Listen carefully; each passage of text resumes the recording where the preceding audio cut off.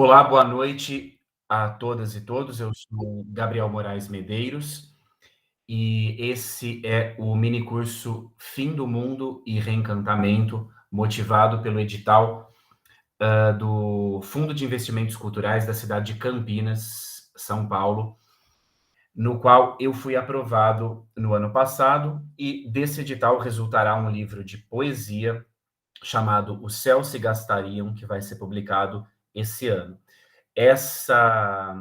Esse minicurso é uma das iniciativas de contrapartida que nós vamos fazer devido à aprovação nesse edital. E esse é o primeiro encontro dos 4 que nós vamos ter, e a ideia é discutir um pouco sobre leituras, sobre poemas, sobre influências que eu tive, não só na escrita desse livro, pessoal, como também na minha trajetória poética, na minha vida também. Não conheço todo mundo aqui, eu imagino que talvez vocês trabalhem com poesia, né? Talvez não trabalhem. Algumas pessoas responderam no formulário dizendo que não eram leitoras de poesia, mas a ideia é fazer algo não exatamente de formação de uma linguagem poética, mas simplesmente uma troca de ideias sobre leituras que eu acho bastante interessantes, tá bom? Então, é só terminar a apresentação dos livros aqui. E fiquem à vontade, eu já explico mais ou menos como vai ser o. Tem gente entrando agora, rapidinho. Permitir, vamos lá. Então, pessoal, o que eu pensei? A gente fazer algo mais conteudístico mesmo, né? Já que eu tenho esse conteúdo programático para cumprir. Boa noite para quem está entrando agora. Até mais ou menos umas 8h30. A previsão era de um tempo mínimo de 2 horas, né? Nessa meia hora final, seria legal que a gente batesse um papo. Se vocês tiverem questões, comentários, fiquem à vontade também para comentar durante essa apresentação inicial, né? Vai ser uma fala expositiva, mas, evidentemente, não é necessário que só eu fale. Quanto mais participações, melhor. Só que a partir de 8h30, a gente faz algo bem mais interativo mesmo, então eu fico à disposição para isso, belezinha? Às 9 horas eu interrompo a gravação para a gente desse encontro aqui, mas quem quiser ficar, bater mais um papo, sem problema, fique à vontade. A única coisa, pessoal, se vocês tiverem alguma dúvida sobre certificado, sobre tudo isso, é só me consultar. Vocês têm meu e-mail pessoal, é aqueles que eu mandei para vocês. Não mandem, se possível, mensagens para o e-mail da editora, porque como a gente está com chamada aberta na editora, é capaz que o e-mail de vocês fique mais difícil de ser visto ali no meio. Pode mandar para o meu pessoal, tá bom? Então, vamos lá começar o mini curso. Boa noite, Cássio. Fim do Mundo e Reencantamento. Então, para quem chegou depois, eu sou o Gabriel Moraes Medeiros. Um prazer conhecer vocês, quem eu ainda não conheço, e um prazer estar novamente com vocês, quem eu já conheço. Tem algumas amizades bastante queridas aqui. Então, essa é a capa do livro, pessoal, mas como eu disse para vocês, a ideia de hoje não é falar exatamente sobre o meu livro, mas sim sobre as leituras que, por assim dizer, geraram este livro.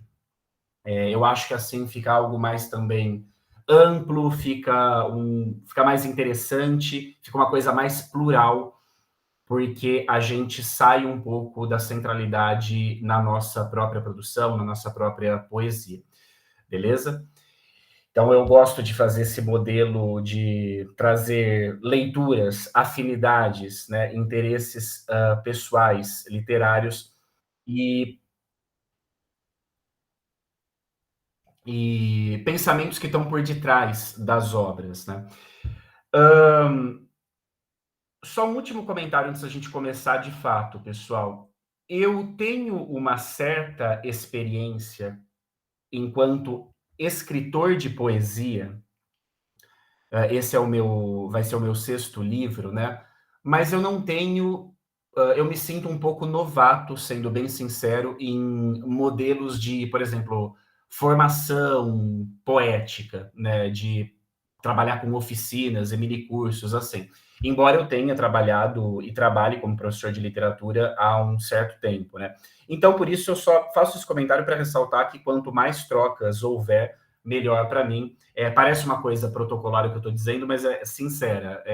Assim aprenderei também. E um último recado: toda vez que a gente seleciona textos, por exemplo, vocês viram lá que no formulário que vocês se inscreveram que tinha uma sugestão bibliográfica de 9 livros com os quais eu vou trabalhar hoje.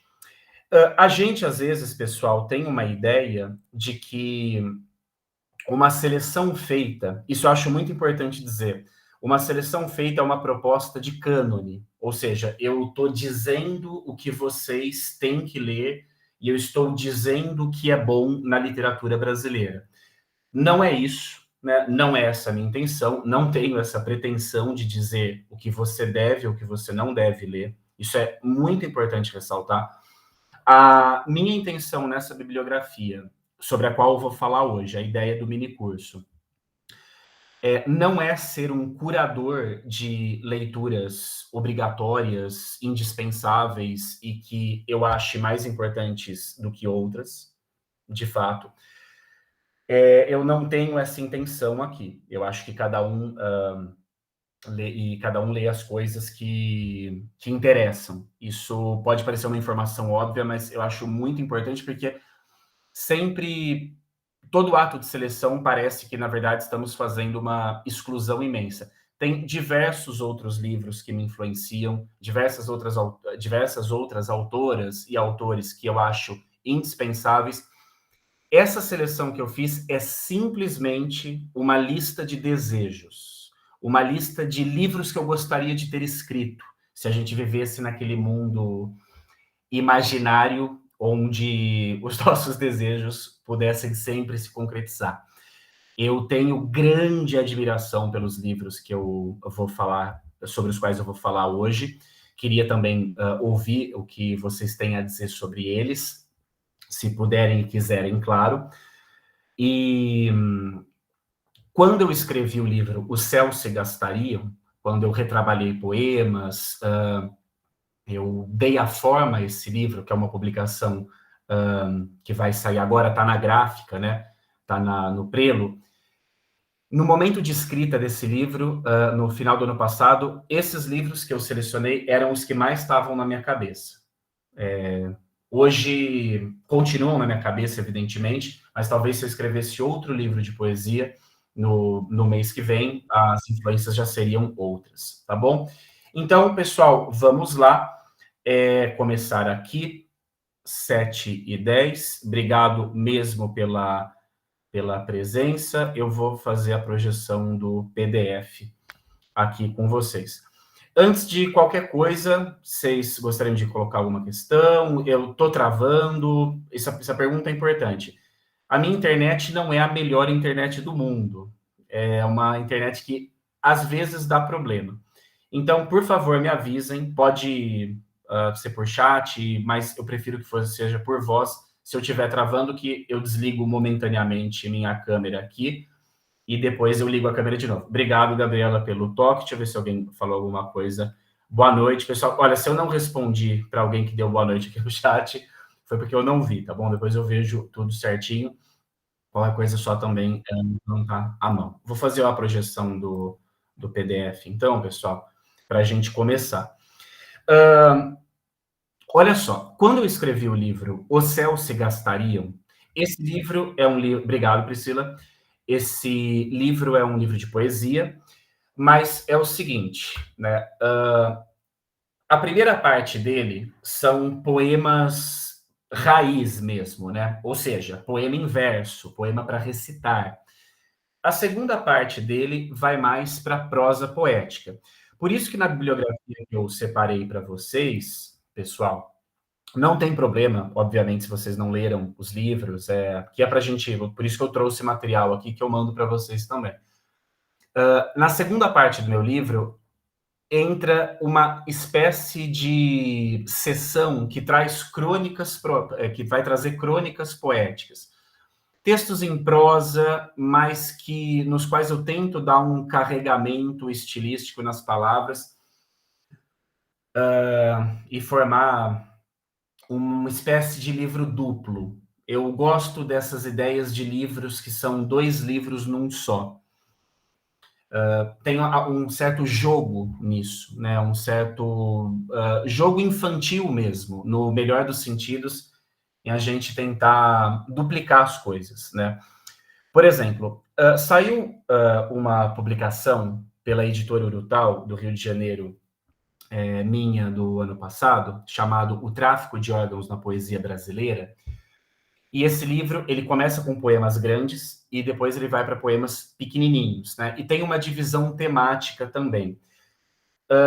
Então, geralmente, talvez eu sou uma pessoa que gosta de trabalhar com livros bem seccionados mesmo, livros que pareçam mudar no meio, ter uma sessão dupla. Quando eu vou ver um quadro, pintura, exposição, primeiro de tudo, eu gosto de pintura figurativa. Tenho super admiração por pintura abstrata e tudo, acho legal, genial, mas não me interessa. A pintura abstrata não me interessa. Tenho super respeito por pintores, pintoras abstratas, beleza. Já estudei pintura abstrata, mas pintura abstrata não me interessa. Eu gosto de figura, eu gosto de forma, eu gosto de referente, né? Eu gosto de ver desenhinhos nas coisas. E um gênero de pintura que sempre me influenciou bastante foi os dípticos, os trípticos, aqueles quadros que se pintavam não só na Idade Média, mas eles começaram, grosso modo, ali no período medieval, depois vieram para as colônias, para os estados da América. E são aqueles quadros duplos, né? Por exemplo, você tem 2 imagens. Tem um quadro espetacular que está imagino que muitos de vocês conheçam, que está na Pinacoteca do Estado de São Paulo, chamado A Fazedora de Anjos. É um tríptico, né? Um quadro como se fosse um quadro narrativo, um quadro que conta uma história. Então, essa é uma ideia que perpassa a minha poesia também, por isso que eu gosto de trabalhar com livros seccionados no meio. Bom, vamos lá então, pessoal. Vou começar aqui para a gente, senão eu me perco nos preâmbulos e não vamos ao que importa. Então, vamos ao que importa, que é a poesia maravilhosa das pessoas que me influenciaram, tá bom? Eu vou falar da Ana Stareg. Eu leio o nome dela como Ana Stareg. Talvez seja Ana Staregui, não sei. Me perdoe a ignorância desse caso, mas uma poeta, se eu não me engano, ela mora em São Paulo, uma grande poeta. Acredito que quem gosta de poesia já tenha se deparado também com a poesia da Ana Stareg, uma autora e tanto. Vou falar da Jennifer Silva, uma poeta cuja obra eu tive a imensa honra e o imenso privilégio de publicar, e da Sara Vale, que é uma poeta que eu leio há muito, muito tempo. Muito tempo. Vou falar também do Cesare Pavese, vou falar do Roberto Bolanho, vou falar do Popol Vuh, de Alcornugo, Terra Sem Retorno, e a ideia não é fazer uma salada caótica, a ideia é dar uma linha e um propósito para o porquê de eu ter selecionado essas leituras, além do fato de eu gostar delas, né? Porque a gente gosta de muitas coisas. Pessoal, é o seguinte, por que eu pensei nessas leituras e por que elas são tão importantes para mim?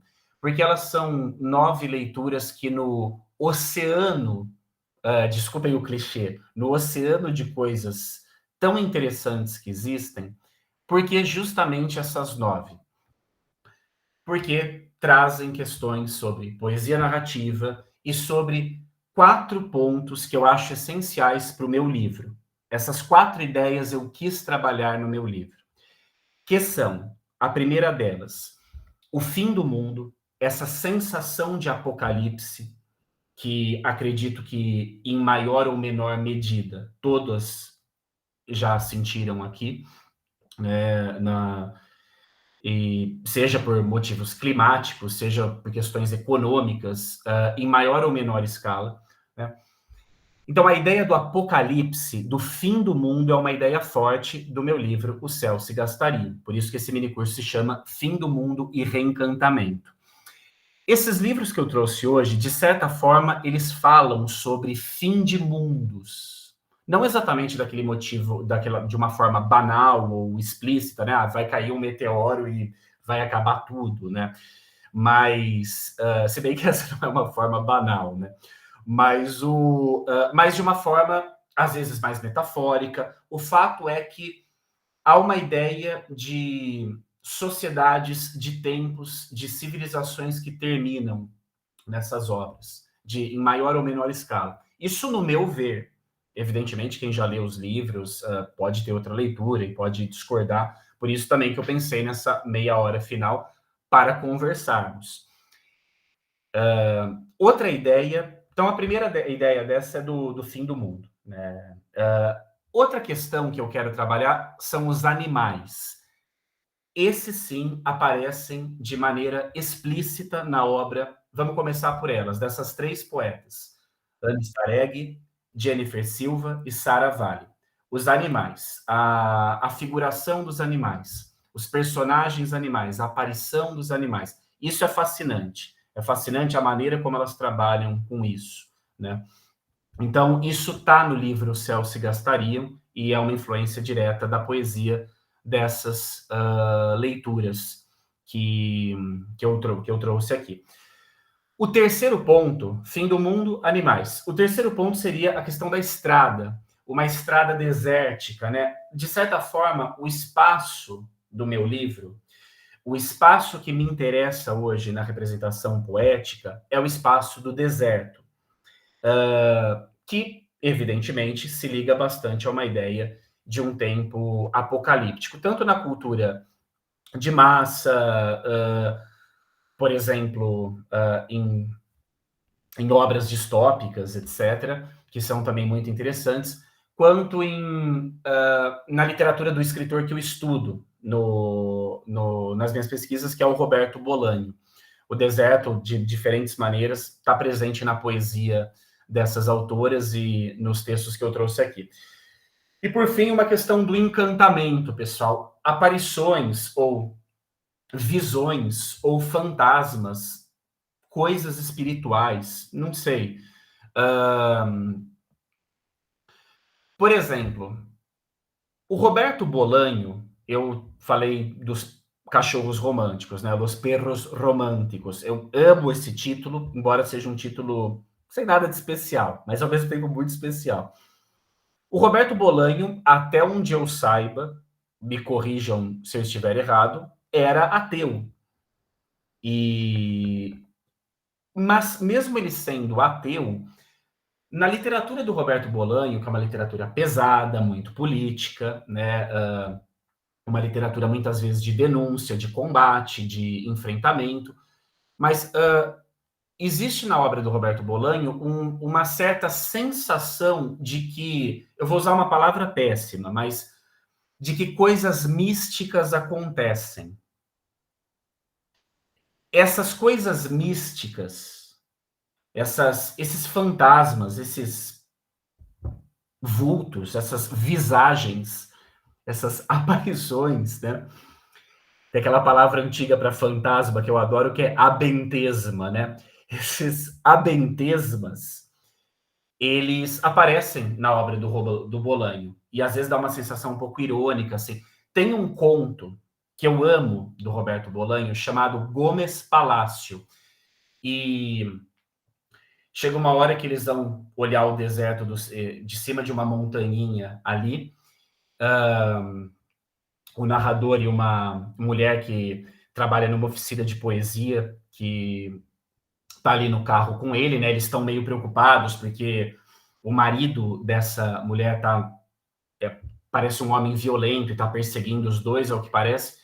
Mas daí eles veem o deserto ao longe, vem umas luzes verdes, aquilo parece meio um OVNI, parece uma coisa sobrenatural.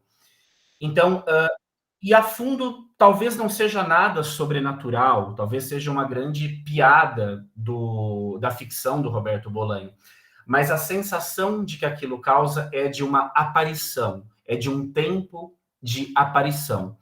Os livros das poetas que eu trouxe aqui, pessoal, da Jennifer, da Ana e da Sara, são livros sérios.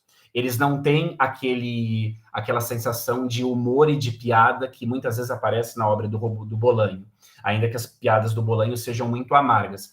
Mas eles compartilham de diferentes maneiras, essas autoras, obviamente, também são diferentes entre si, de um tempo da aparição.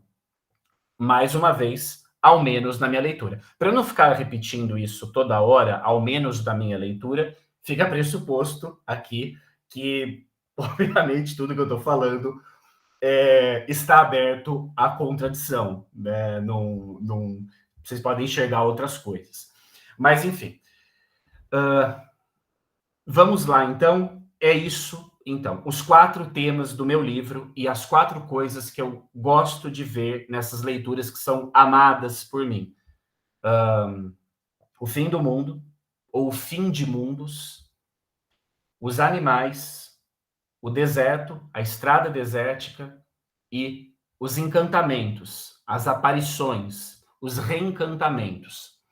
Eu fiquei um pouco arrependido de ter usado, depois eu pensei nisso, né?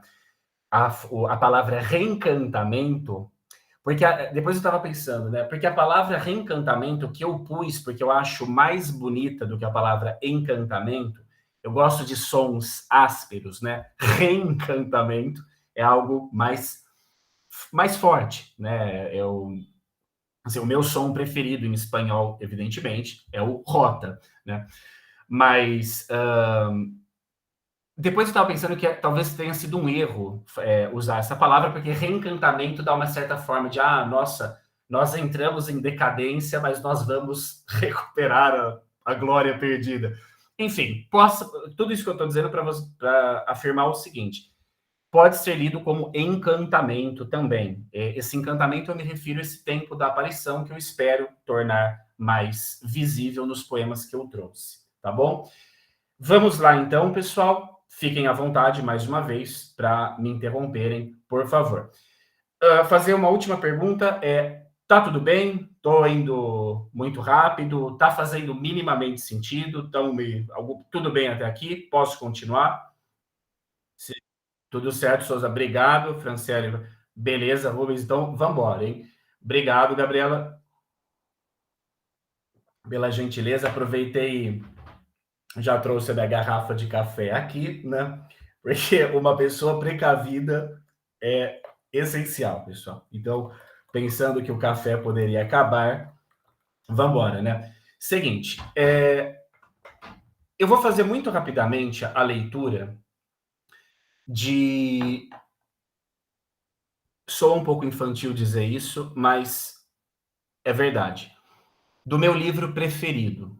Ele se chama Os Poemas Suspensos, traduzidos do árabe para o português pelo Alberto Mussa. Essa poesia, pessoal, é uma poesia... E depois eu já vou para a Ana, para a Sara, para a Jennifer e para as demais leituras. Tá bom? Essa poesia dos poemas suspensos do Al-Mulakat é uma poesia muito, muito, muito regradinha, né? Ou seja, eram competições, era um jogo ali, basicamente, de mais ou menos como foi em outros cenários e contextos, né? Era um evento coletivo essa poesia para a comunidade ali. E então é uma poesia que seguia muitas regras e tudo. Então esses poemas de uma Arábia antes do Maomé, antes do islamismo, daquelas tribos nômades, beduínas e tudo, são poemas que geralmente eles começam sempre com as mesmas seções. Então, o começo do poema, não importa qual é o poeta, é o lírico dizendo: olha, eu tô vendo aqui as ruínas do acampamento da minha amada, e minha amada foi embora, só ficaram as ruínas. Daí, geralmente, essa poesia tinha como regra que depois que ele apresentasse a ruína do acampamento da amada, a amada também era beduína, né? Então ela tinha ido embora com o povo dela, e o cara chegou lá no acampamento dela e viu que não tinha mais ninguém, né? E não tinha o que fazer, né? Tinham se separado para sempre.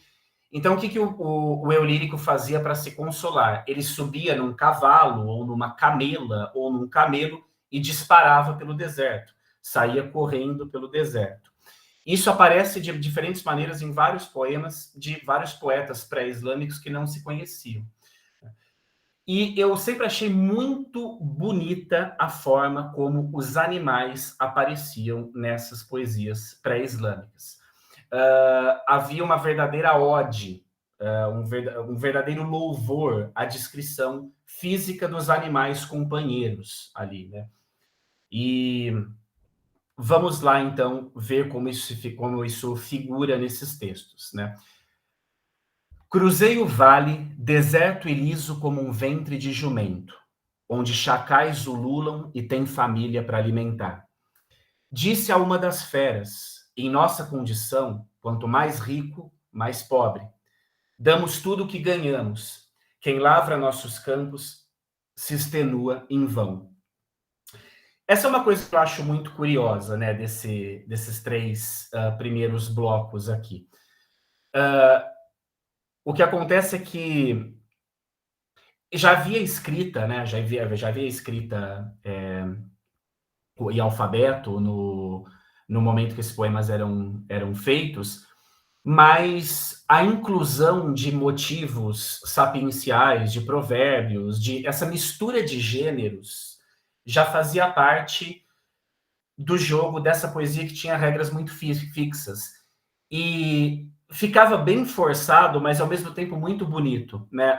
O cara tá andando pelo deserto, ele encontra ali um animal do deserto, talvez um chacal ou um animal selvagem ali, e começa a conversar com o animal num tom meio, tipo, professoral, assim, né?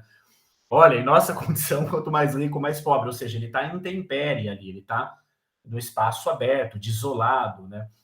E aí, essa poesia também serve como um compilador, como um listão de coisas que eram consideradas motivos de sabedoria naquela cultura. Pela manhã, os pássaros ainda nos ninhos, montei com rédeas firmes um colosso de pelo rente.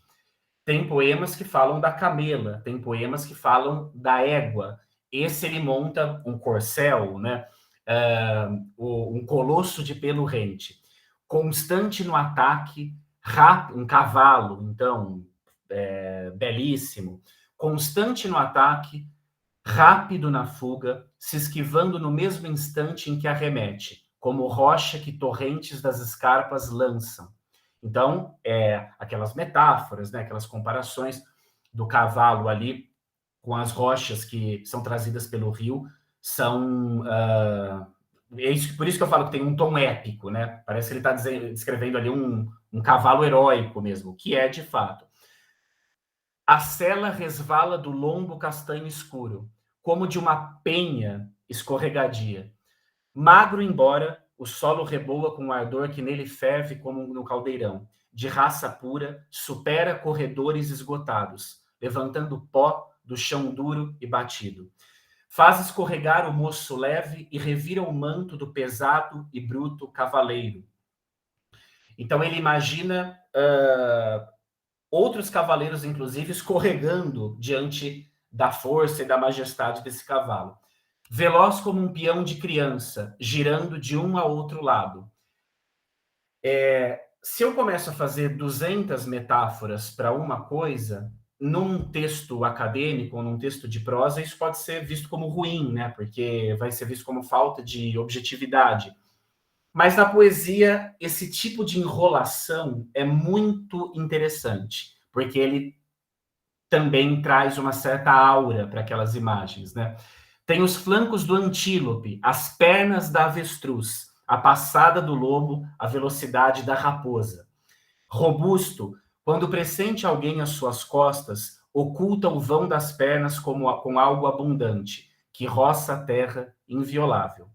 Quando inclina o pescoço, as omoplatas são duas pedras de macerar colossinto. Eu imagino que seja, sei lá, tipo de uma abóbora. Se eu não sei porque eu acho que sim, devo ter visto no dicionário no passado, mas esqueci agora. O sangue dos animais perseguidos respinga em seu pescoço, qual mancha de hiena em cabelos brancos. Daí vão sendo imagens mais simples ou mais complexas, né? E é naquela tintura, né? Aquela tintura preta, e qual mancha em cabelos brancos. Certa vez, uma manada de óryx surgiu diante de nós, e as fêmeas eram virgens de Dawar, de túnicas negras arrastadas no chão. Na fuga deram meia volta, formando um círculo como colar de ônix e pérolas dos que têm tios nobres nas duas linhagens. Mas ele nos fez alcançar os animais da frente, rompendo o espesso bloco dos retardatários. Veja, o tempo dessa poesia é um tempo, se a gente for falar de um tempo do primeiro plano, é o tempo que ele está ali, triste, porque a amada foi embora, e ele está falando do cavalo dele, hoje, no presente, no deserto. Só que daí ele começa a lembrar de uma corrida no passado. E veja que não é uma explicação muito clara para o leitor, ou para a leitora, né? As coisas são rápidas. E essa montagem de tempos parece também muito contemporânea nessa antiga poesia. É uma montagem que às vezes lembra, pelo amor de Deus, guardadas todas as proporções do que eu estou falando, uma montagem muito cinematográfica. Ela é rápida, ela é dinâmica. Os tempos se sobrepõem sem muito didatismo. E a poesia não é a arte do didatismo, né? A poesia é a arte. Tem muitas outras definições de poesia. Essa é uma delas, e vocês podem concordar ou não, obviamente. A poesia é a arte de deixar as coisas estranhas, né? Qual hiena sob cabelos brancos? Essa é uma comparação estranha, é uma comparação deslocada, é uma comparação tirada do seu sentido. Por isso ela tem força, ela é uma linguagem que parece renovada. E essa sobreposição de temporalidades nesse poema também é intensa, né? Ela é dispersiva, no bom sentido.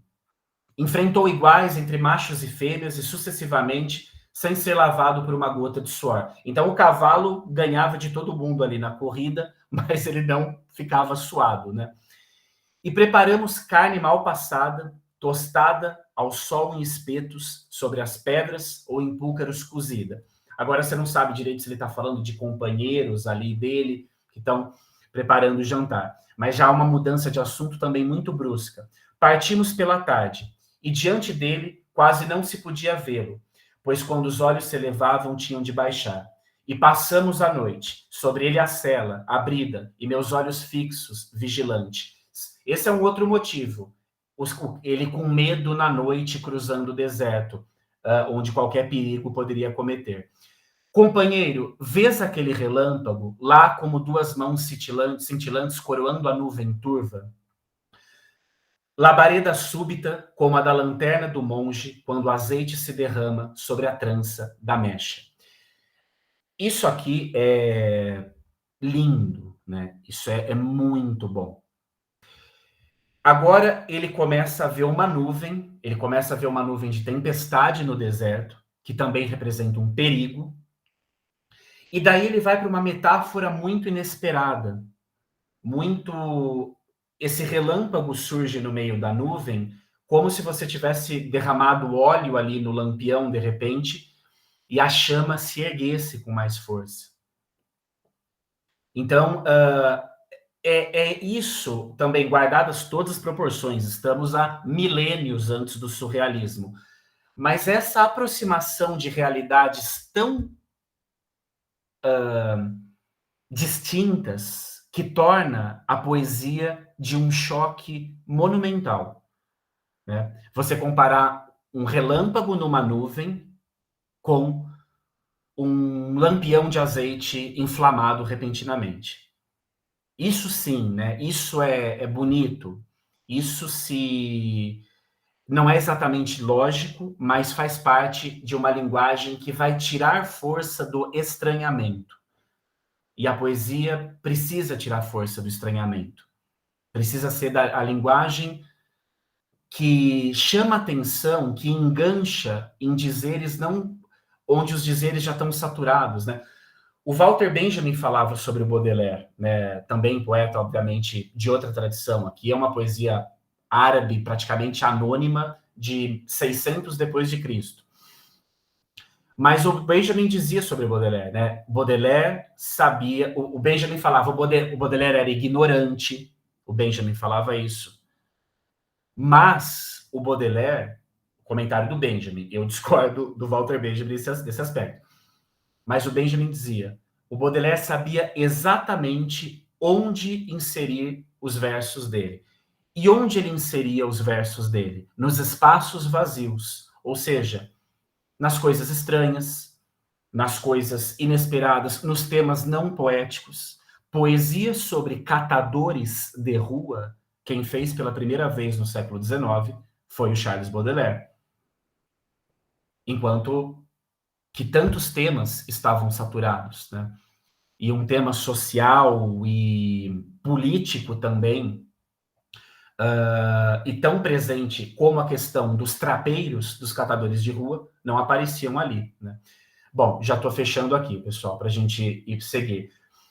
Mas eu queria pegar uma última imagem. Detive-me, sentado com meus companheiros, entre Darish e Aludaib em contemplação. Entramos em Katin, sobre o lado direito da nuvem, enquanto o esquerdo caía sobre Al-Sitar e Avbur. Olha só. Ele começa a se orientar pela nuvem. Ele está atravessando o deserto noturno, mas a coordenada dele, obviamente ele não está vendo estrelas ali, é a nuvem. De uma forma completamente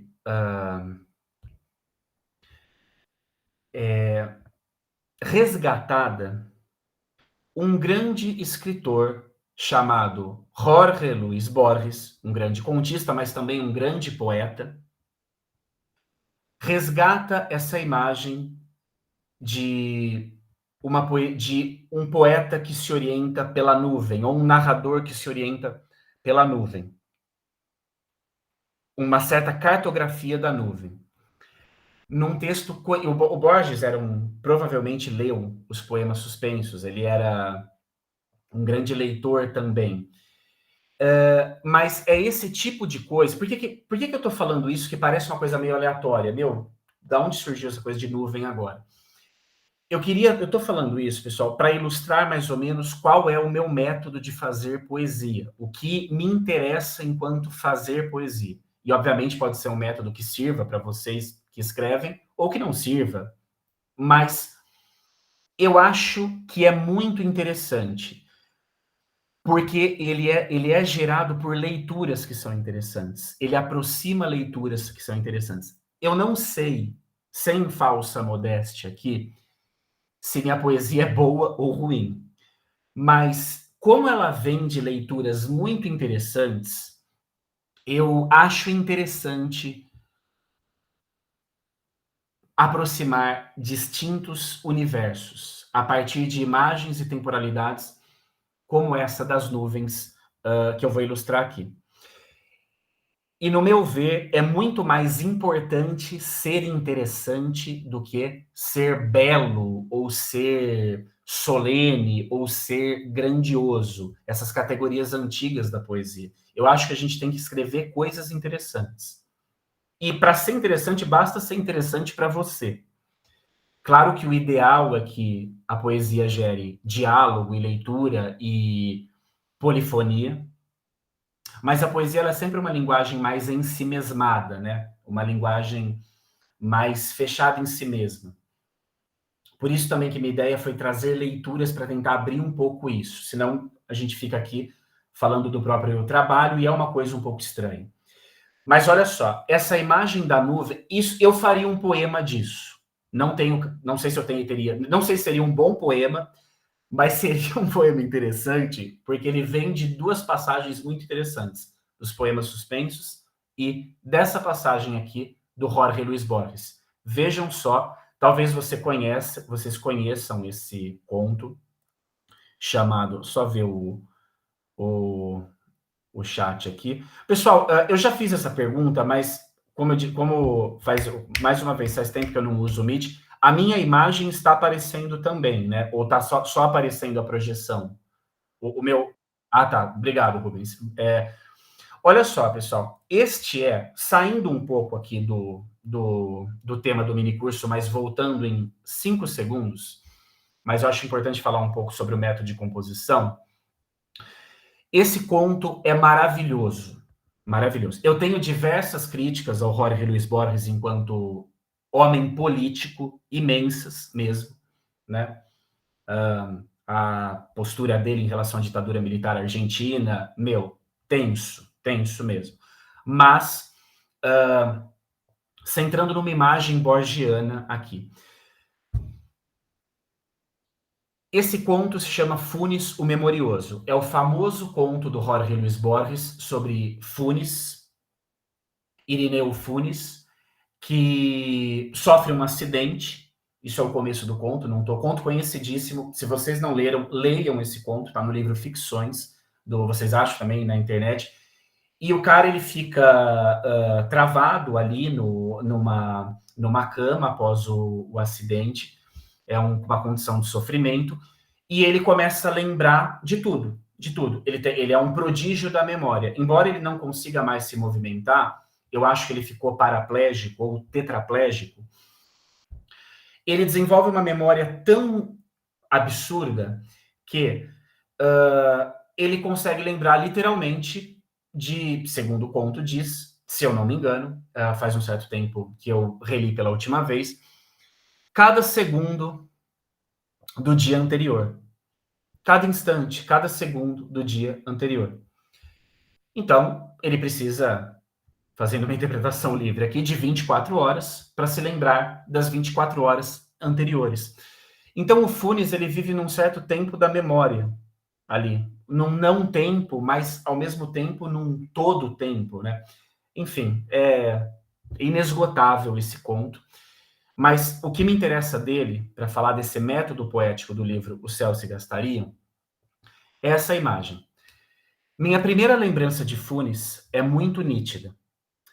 Vejo no entardecer de março ou fevereiro do ano de 1884.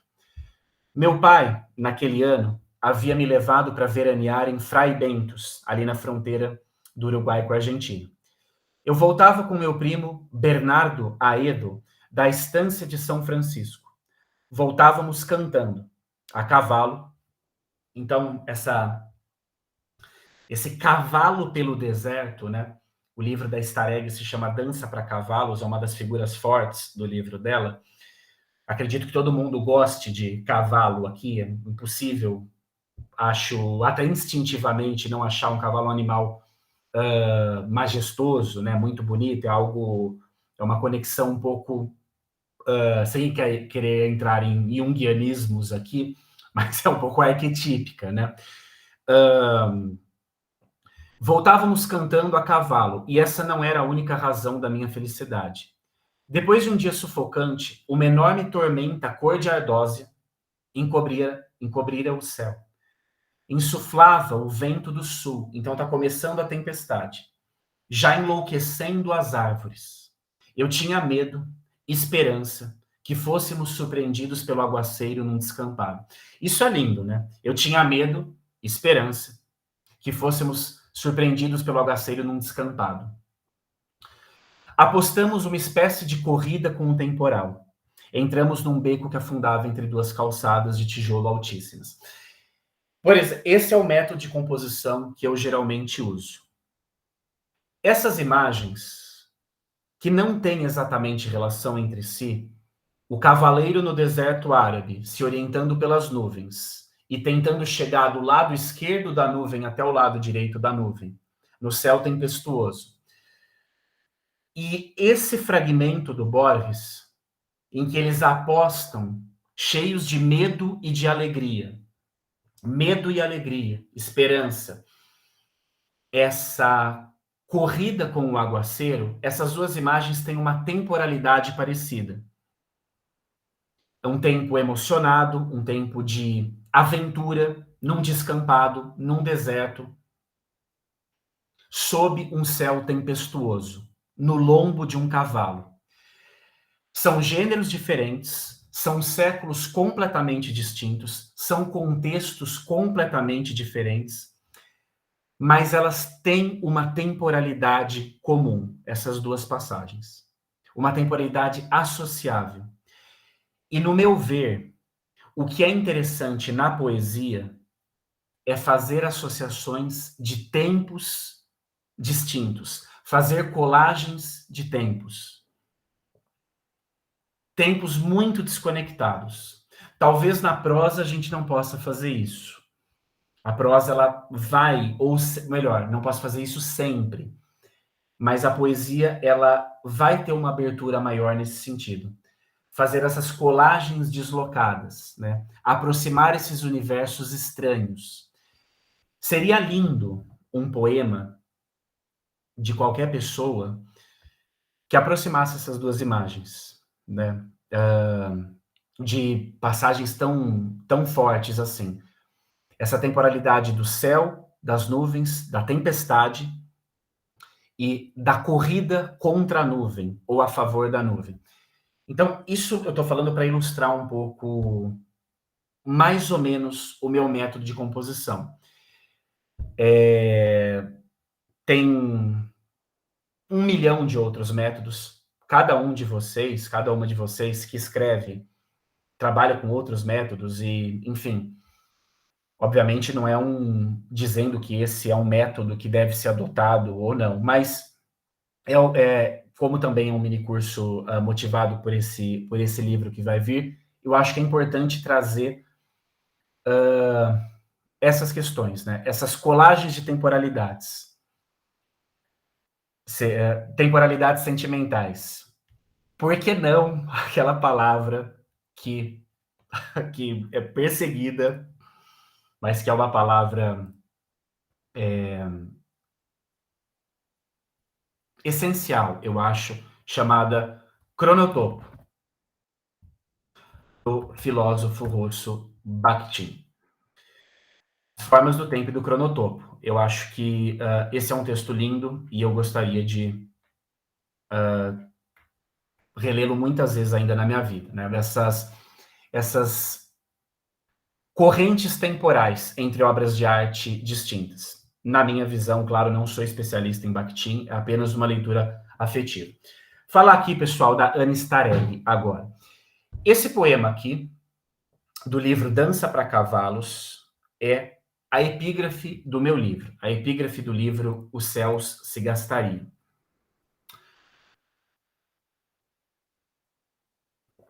Então eu falo um pouco agora daqueles temas, os animais, o deserto, o fim do mundo e o encantamento, que são uma orientação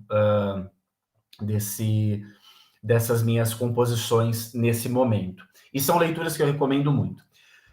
Com sua gordura animal, os bisões, pelagem castanha e ossaturas, migram às centenas. Correntes visíveis na luz, na contraluz, das manhãs de gelo.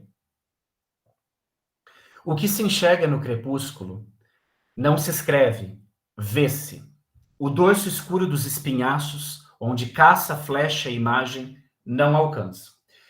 Pessoal, existe uma tendência na poesia contemporânea que é uma certa inflação dos sinais de pontuação. Isso, dois pontos, travessão, enfim, um uso estilístico desses sinais, às vezes deslocados, assim. Eu acho que um comentário pessoal aqui. Quando a gente usa um itálico, como a Anne Starégg usa os itálicos, isso tem força. Isso, de fato, traz um destaque para o que ela está falando. Ela usa poucos itálicos. Ela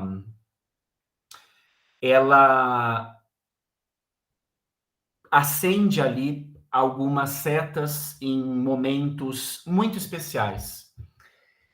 Então, é um uso muito exato, assim. Não se escreve vê-se. Esse poema, que fala de uma manada de bisões, tem algo que me lembra aqui a poesia islâmica, porque não é só uma descrição do animal, é uma descrição muito física, muito imagética. É o espinhaço, é a coluna vertebral, os gomos ali da coluna aparecendo, né? Ao mesmo tempo que ela está numa descrição de animais vivos, ela parece que tem um olhar também, essa voz poética, das engrenagens corporais, né? Com sua gordura animal, os bisões. E também um olhar panorâmico, migram as centenas. É esse jogo de olhares que torna essa poesia, entre muitas outras coisas, e vocês verão outras questões, muito interessante. Parece que ela entra no corpo dos bisões com sua gordura animal e daí ela expande o plano de visão. Migram as centenas. O que a Ana fala aqui nessa poesia que é muito visual, eu gosto de poesias visuais, que tenham imagens concretas. Eu gosto, como eu disse para vocês no começo, de figuras. Essa mesma poesia que é muito visual, ela parece negar a imagem no final, né? A imagem não é alcançada. Não se escreve vê-se. Tem um certo dizer insistente nesse livro de que os conceitos eles não são captáveis. Quando a gente põe as coisas nos poemas, nas palavras, os sentidos, as sensações, a experiência, de fato, se perdem. A linguagem é falha, ela não capta, né? Aquela ilusão que a gente tem ao escrever de que a gente vai transmitir uma sensação para outra pessoa é impossível, impossível. Então, existe esse ceticismo da linguagem na Anne Starregg que é forte nos temas dela. Essa poeta também, pessoal, ela fala sobre coisas que parecem ancestrais, né? Os bisões, temporalidades de um mundo passado, de um mundo remoto. E toda vez que a gente fala hoje de mundos remotos, a gente pensa também no fim do nosso mundo, no fim dessa civilização do capital, que já passou todas as raias do esgotamento possíveis, né? Então, essa invocação de uma ancestralidade animal também aponta para o nosso fim, enquanto coletividade subordinada a um sistema de produção. Outro poema aqui, né? Veja aí a força dos itálicos, né? De manhã, o sol encobre os animais noturnos, sobre os quais a névoa varre um lençol. São todas fêmeas, veja, essas que recolhem os ossos, para depois erguê-los no ar. Com seus cantos de pássaro e pernas absolutas, são leoas que percorrem o descampado, com suas tetas de leite, filhotes e um antílope retalhado entre os dentes. A Anne Starregg está construindo, nesse belíssimo livro chamado Dança para Cavalos, uma das minhas grandes influências, uma poesia que parece pós-humana. É uma visão de um mundo habitado, um mundo forte em vida, um mundo muito vigoroso e vivaz, não um mundo morto, mas um mundo onde a humanidade não existe mais. Um mundo vasto e amplo também. Essa questão de mundos onde a humanidade não existe, né, pessoal, ela é interessante. Isso é uma leitura pessoal, claro. mas ela habita tanto a esfera de uma poesia super refinada, como é o caso da poesia da Anne Starregg, quanto a cultura de massa, né? Tinha uma série antiga já que, se eu não me engano, chamava O Mundo Depois da Humanidade, que não sei se passava na Discovery ou em algum lugar assim, mas tinha no YouTube também, em que passavam tipo 100 anos do fim hipotético da humanidade, e daí mostravam as cidades, como seriam, enfim, filmes apocalípticos tem de sobra. Então, tanto na ideia de uma arte refinada, no sentido de uma poesia super trabalhada, com imagens como a da Anne Starregg, quanto em formas mais apelativas em termos de circulação na sociedade de consumo, como esses programas da Discovery que eu citei, essa imagem é muito interessante do mundo pós-humano, né?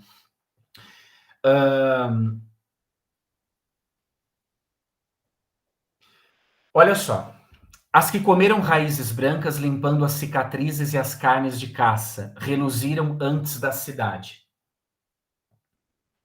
Então, esse mundo ancestral aponta também para o mundo pós-colapso da nossa civilização, né? Ou da civilização, melhor dizendo, que nos é imposta, né? Do tipo de civilização que nos é imposta. Olha, pessoal, sem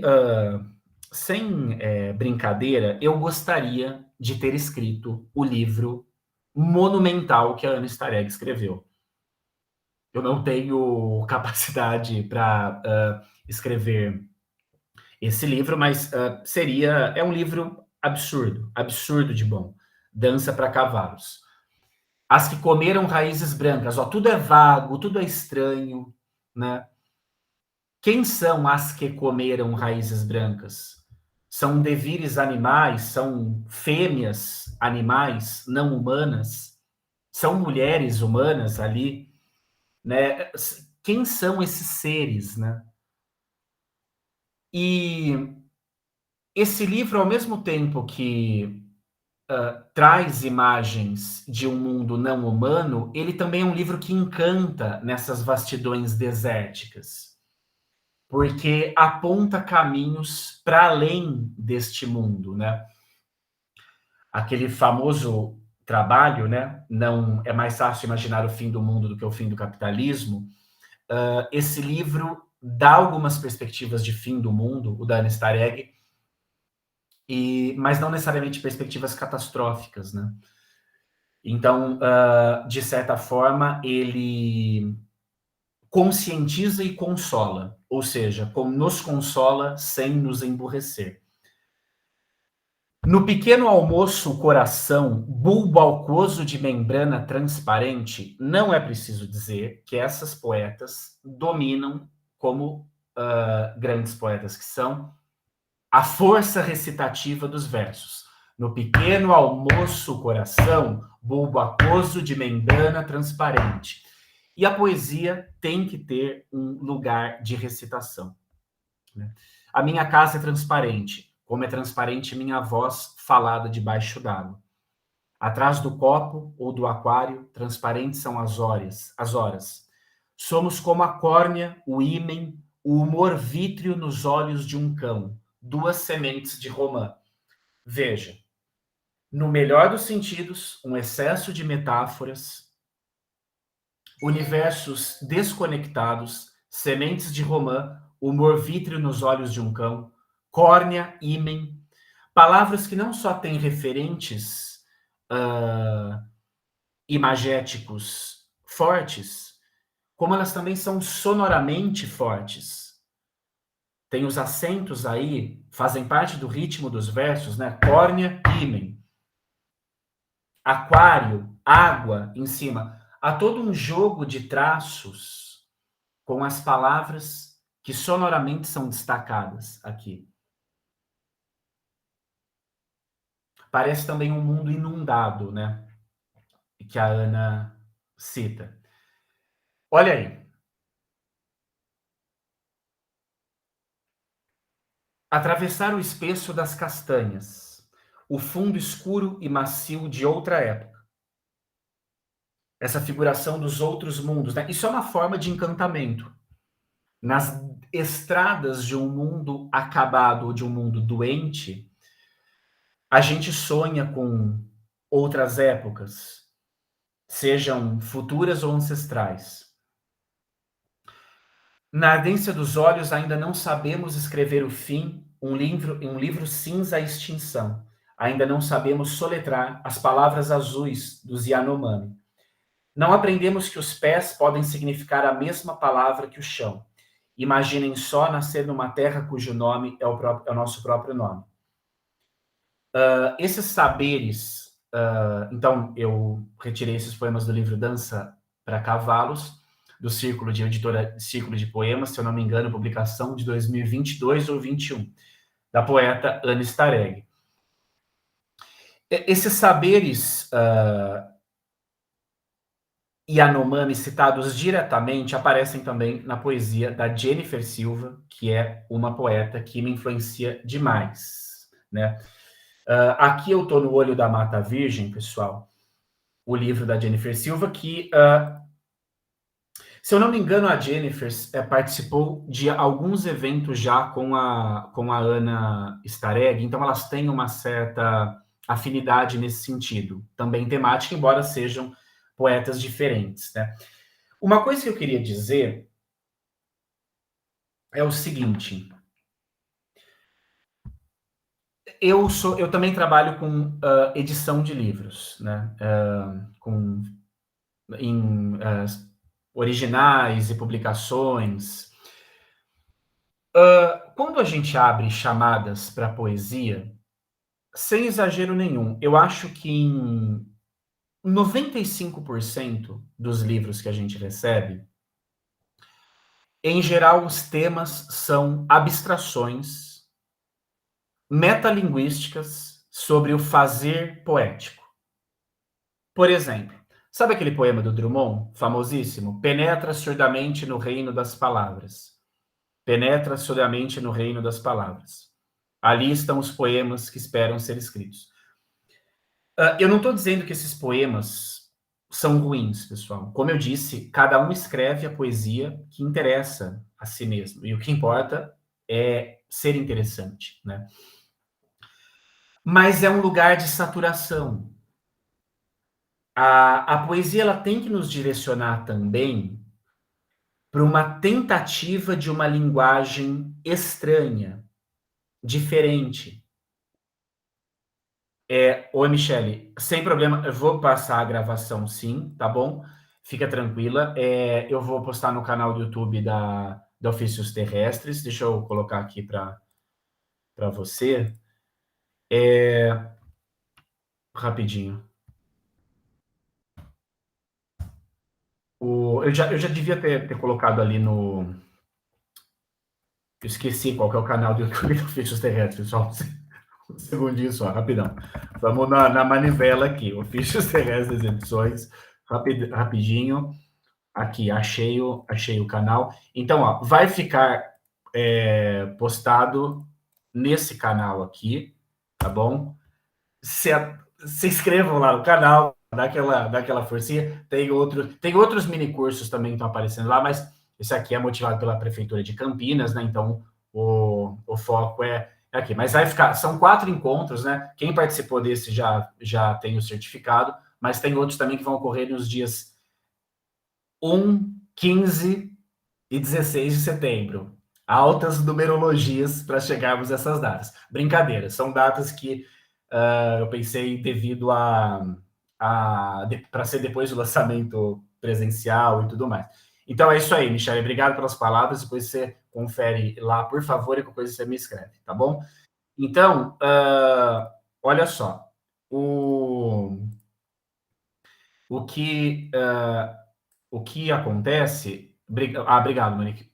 Esse poema aqui Então, assim, pessoal, as pessoas... Por exemplo, sem brincadeira, vamos supor que eu receba 100 originais. 95 originais de poemas. Tem um poema, olha, um poema metalinguístico. Estou diante do papel branco, não sei o que escrever, é complicada a luta com palavras. Meu, obviamente, tranquilo, como eu disse, nenhum problema. Eu não sou, eu não vou aqui ditar regras, obviamente. Quem sou eu na noite para dizer como alguém deve escrever poesia? Cada um escreve poesia como acha que deve escrever. Ponto final, né? Mas aquelas palavras do Walter Benjamin são importantes. Vamos tentar inserir o que a gente escreve em espaços vazios, né? Vamos falar de coisas concretas, de imagens estranhas, de aproximações inesperadas, né? Isso torna a linguagem uma linguagem muitas vezes mais interessante, né? Do que a gente copiar ou fazer isso com mais ou menos originalidade, um dizer já antigo do Drummond, penetra surdamente no reino das palavras. Tudo bem, já penetramos surdamente no reino das palavras. Agora, vamos fazer uma poesia mais, em termos também benjaminianos, mais chocante, por assim dizer. Chocante é uma palavra péssima, né? Mas as ideias... mas vocês entendem o que eu quero dizer. Seguinte, olha só, vamos lá. Criatura de água e espuma, desce pesada entre as pedras, correndo para além o desespero. É forte o encanto, o recanto onde a água onde deságua a energia da terra. Se tem dúvida, move teu dorso e tua íris ao chão, coloca tua testa frondosa em beijo, e vê os seus touros seguindo a margem do rio ao encontro do céu. Se te parece absurdo, estuda aprender como a criança, pouca razão intenta e tudo sabe, sobre o mundo que se abre na sujeira das unhas. Grande poema da Jennifer Silva, né? Tem uma conexão aqui com a Anne Stareg, que é também uma negação da metafísica ocidental, eurocêntrica. Há um devir nesse livro indígena, mas há um devir criança também, há um devir animal, e evidentemente são coisas diferentes, mas são devires outros, e portanto, devires necessários à sobrevivência do planeta Terra. Haja vista que o modo de produção eurocêntrico, ocidental, baseado na sociedade que conhecemos muito bem, nos levará coletivamente à extinção se algo não mudar muito, muito, muito. Saberes Yanomami aqui também, né? Nessa ideia de um céu desabado, mas também de outras formas de reespiritualização do mundo conectado aos animais e às estradas de um mundo que acaba, mas renasce. Porque tem uma outra forma de percepção para além de saberes, como eu disse, convencionais ligados a epistemologias ocidentais. Quando o sol se levanta no peito do céu, os chapiri dormem. Veja que a viagem se coloca também como uma viagem do mundo dos sonhos, uma viagem da sonolência. Enquanto todos correm, caem, morrem, espíritos descansam suas cabeças tranquilas em travesseiros de penas ou folhas antes do sono, riem da fraqueza fantasmagórica dos homens. Morrer é tudo o que sabem fazer, dizem, abissais, lágrimas avistam a bainha de uma saia suja, sedimentam a terra, incendeiam-na. Posso ouvir teu chão agreste a germinar, posso ver tua semente brotar, pressas, anseios, urgências. Todo um acabamento mal feito à espera de ser reparado, posso ver o letreiro brilhante e reluzente, a balançar antiquado e lacônico, sob nossas cabeças invisíveis. O dia cai, o sol volta a adormecer, a floresta está em festa. Existe, então, uma profusão de vida, como a marcha dos bisões ali no livro da Stareg, como o humor vítreo nos olhos do cão. Existe uma opulência da vida, mas também signos de mortalidade.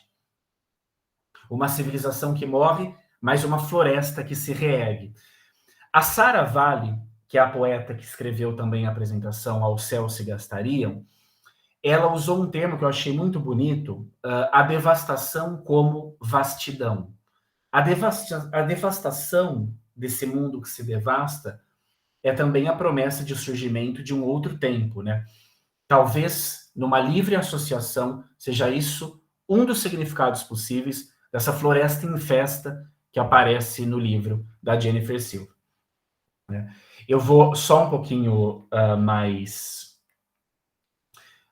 passar esse poema, depois eu passo o material para vocês também, pessoal. Eu adoro esse poema aqui. Tão perto, tão longe. A carne vermelha no fogo, as batatas nas cinzas, a casa flutuante no espaço. A cruzada do sol no telhado, o horizonte do norte distante, o noroeste paulista selvagem. Esse poema é uma aula de como escrever ritmicamente uma poesia. É lindo, né? A carne vermelha no fogo, as batatas nas cinzas. Eu insisto nessa questão da voz. O horizonte do norte distante, o noroeste paulista selvagem.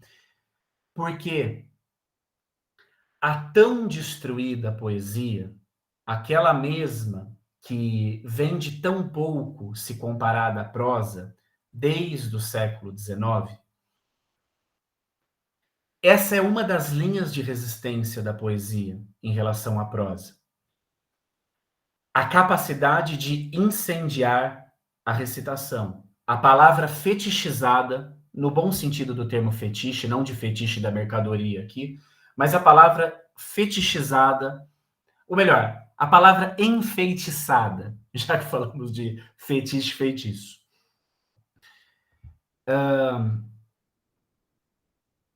E esse poema tem esse compromisso com o poder sonoro, pessoal. A Jennifer me influencia muito por isso também. Vocês entendem? A cruzada no sol do telhado, o horizonte do norte distante, o noroeste paulista selvagem. O lago gelado das capivaras, a longa avenida do Príncipe, as velhas casas da Vitório Bacana, Albert Camus. Olha a quebra de ritmo, né? Isso é como se fosse um foco de luz sobre uma leitura querida para essa voz poética, Albert Camus. Isso arrebenta o ritmo do poema. E é um exercício intencional. Ela trabalha com os ritmos e ela dá ênfase nas coisas através do ritmo também. É um ritmo muito regular, a cruzada do sol do telhado, o horizonte do norte distante. Daí, Albert Camus. De repente, congela-se a imagem. É brilhante, né? A luz da manhã fulgurante, daí reacelera de novo, né? A luz da manhã fulgurante, o cheiro do café moído, os olhos das crianças contentes. O que fazemos parados aqui? Atravessar os trilhos banidos, cruzar a ponte do rio, nadar nus na cachoeira, soltar as mãos da bicicleta, descer a ladeira sem freios. Imagens muito doces e delicadas, a poeta coloca aqui. Caminhar sem destino nas ruas, o acaso. Olha essa quebra de ritmo, né? As primeiras gotas da tempestade, as veias das folhas úmidas, o vento suave na grama, espessura curiosa das pedras, a toalha na mesa de fora, o sonho na casa de dentro, o pão, o vinho, não ter esperança. A grande poeta, ela também trabalha, pessoal, as coisas como se fossem desenhos. A Anne Starregg, num dos poemas dela, ali, no final do Dança para Cavalos, ela vai falar de ideogramas.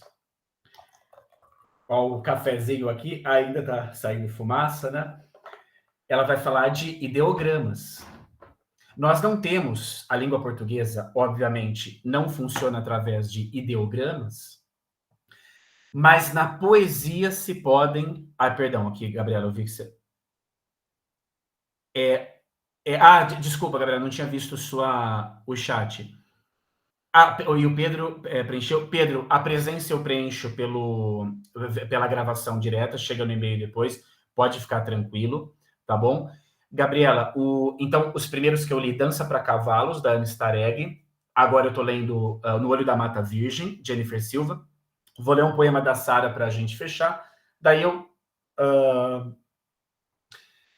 acabei me empolgando essas 3 leituras, mas eu menciono os outros são bem rapidinho, tá bom, pessoal? Para a gente poder bater um papo também. Agora, Gabriela, de qualquer forma, Franciele, obrigado pela resposta aqui. É isso mesmo, o No Olho da Mata Virgem. De qualquer forma, é aquela bibliografia que está ali no formulário de inscrição mesmo, tá bom? Nesses livros. Eu não não peguei o livro inteiro, pessoal, em respeito aos direitos autorais das poetas aqui, mas são seleções de livros específicos, né? Peguei 4 poemas de cada uma. Acho que na Sara são 2, mas são poemas mais longos, né? Numerologias. É brincadeira, mas voltando à discussão. A Jennifer não só é uma grande artista dos sons, né? Uma grande artista. Ah, Pedro, claro. Vamos lá. A questão da presença que você perguntou, da lista de presença. Isso, não, fica tranquilo que é automática aqui pela gravação do Meet, Pedro, tá bom? Daí aparece para mim depois a lista das pessoas que frequentaram. Daí, daqui a uns 15 dias, eu mando os certificados desse curso, tá bom? Imagina, fique à vontade, não precisa pedir desculpa. Eu que peço desculpas por não ter visto o chat aqui, né? Pessoal, olha só, a Jennifer está fazendo um desenho aqui. O pão e o vinho não ter esperança. Ela faz o desenho de uma mesinha, como se não ter esperança, o pão e o vinho estivessem em cima dessa mesinha. Ai, meu Deus, que viagem! Nossa, sempre a gente ouve essas coisas. Quando a gente fala, talvez vocês não pensem isso, mas não dá, né, pessoal, para chamar de viagem quando fazemos comentários. Pedro, bondade sua, fico muito feliz com esse elogio, muita gentileza, né? Muita gentileza. Eu sou uma pessoa meio emocionada, então eu fico, eu fico aqui muito feliz mesmo. Obrigado, viu, por essa gentileza. Mas vocês lembram, pessoal? Por exemplo, quando a gente vê uma propaganda do Tenda, o pão, o vinho vazio, tem um vazio também. Então, por exemplo, eu não tinha pensado nessa questão do vazio, né? Tem um buraco no meio dos poemas. Eu não tinha pensado mesmo nisso. E essa é uma outra leitura possível que a Carlana coloca, não ter esperança. E esse poema brilhante, brilhante mesmo, né? Quando a gente vê, imagino que tem em todas as cidades do Brasil esse atacadão chamado Tenda. Quando você vê lá o atacadão Tenda, o T do atacadão Tenda forma uma tenda, forma tipo um todo. E, pessoal, isso é absolutamente comum, é óbvio na linguagem publicitária, propagandística. Você usar o desenho das letras e das formas para formar sentidos, um jogo de significante e significado. Só que quando a gente põe na poesia, as pessoas falam: nossa, que viagem, tá louco, como assim? Você acha que ela pensou isso? Pensou. E caso por algum motivo a poeta não tenha pensado nisso, outro leitor ou outra leitora podem pensar, porque os sentidos são construíveis, né? Por exemplo, esse buraco no verso, justamente no verso que fala de não ter esperança, que a Carlana apontou aqui, é um outro sentido possível, né? Então, e esses jogos gráficos, eles fazem parte, a Jennifer tem muito domínio disso, né? Por exemplo, a gente vê muito na poesia, uma poesia sobre mergulho, daí a pessoa faz tibum com as letras uma em cima da outra. Tudo bem, né? Mas, pessoal, tem tantos desenhos a serem feitos com as letras e com as palavras, né? Não precisa ser só o tibum, acho que tem do Poema Sujo, livro lindo, né, do Ferreira Goulart. Tem outras coisas, né? Vamos insistir na expansão dos imaginários, né? Isso é muito importante, né? A Jennifer é uma grande ideografista, vamos dizer aqui assim, né? Bom, eu vou logo chega 8h20, e aqui eu já chego na... E daí são... Ó, pessoal, vamos mais 15 minutinhos, tá bom?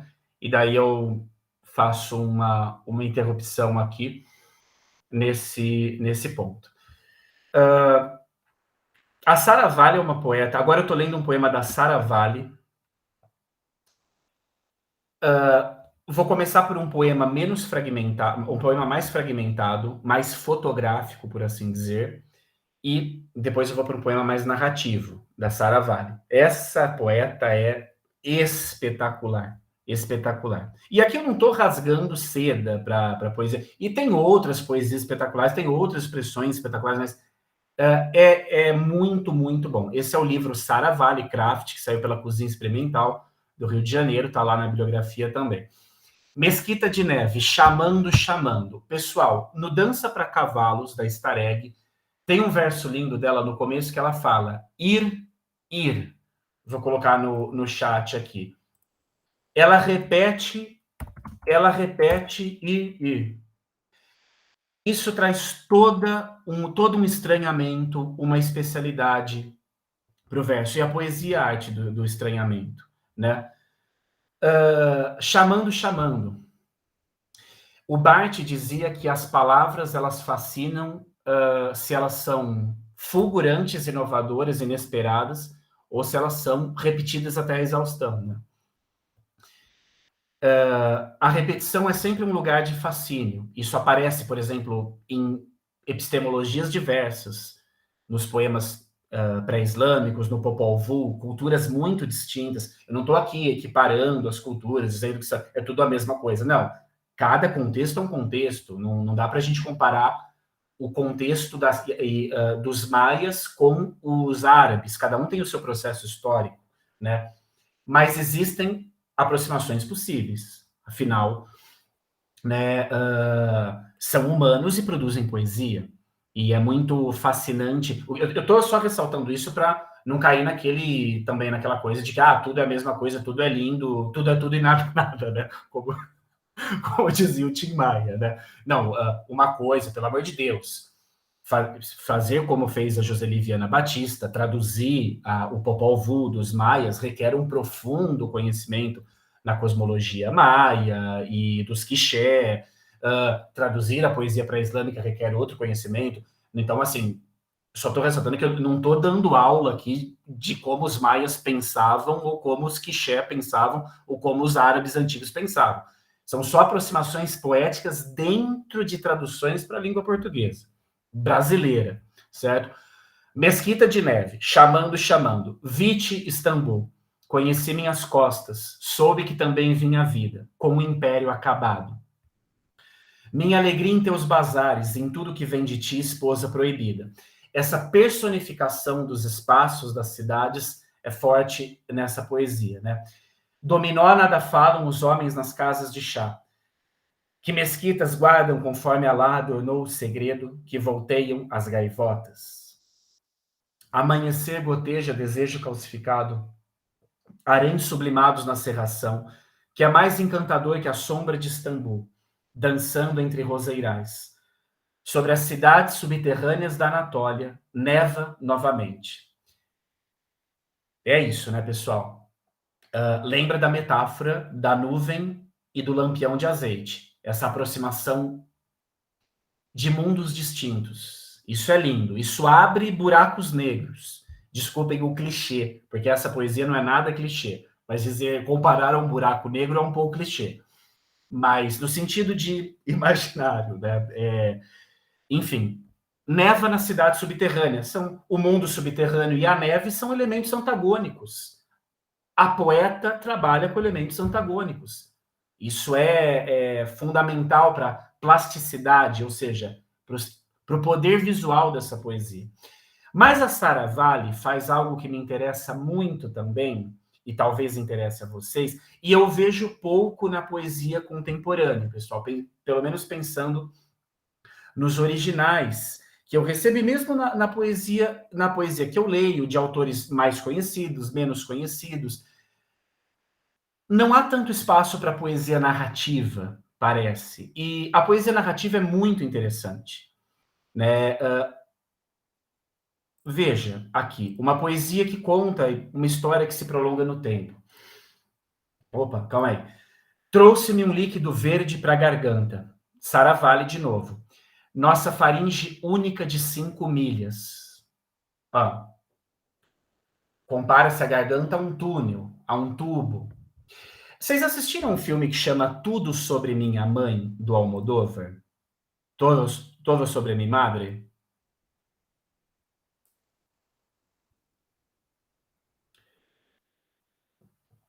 Assistam esse filme, a Luana disse sim, o Bruno, tem o pessoal aí, Souza, Carlana, Gabriela.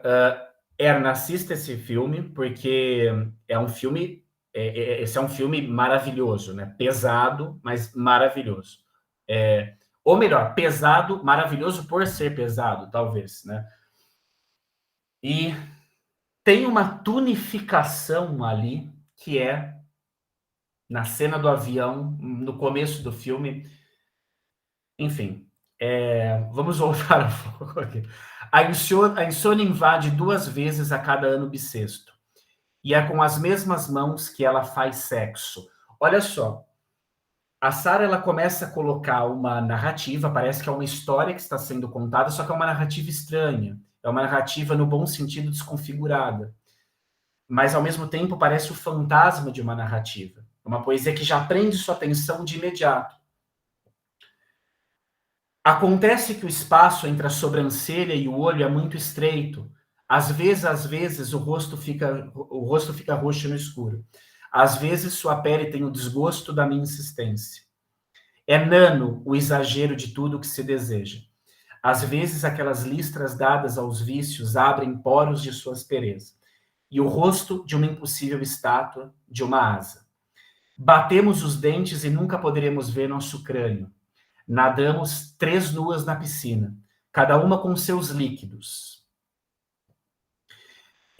A gente poderia falar, eu falei da temporalidade das nuvens, a gente poderia falar da temporalidade dos líquidos também, né?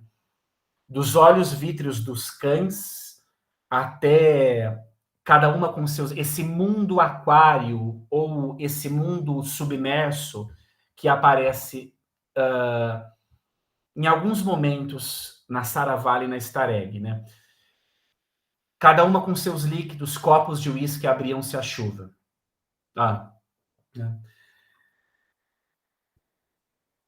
Como imagens inesperadas, né? Como os romãs com os olhos dos cães. Uma camisa de meu pai retorna à estante. Comenta-se que ele dormiu no meu quarto enquanto estive fora. No retorno ele diz, você fica bem de verde, e sei que limpou secretamente o inverso de minha gaveta.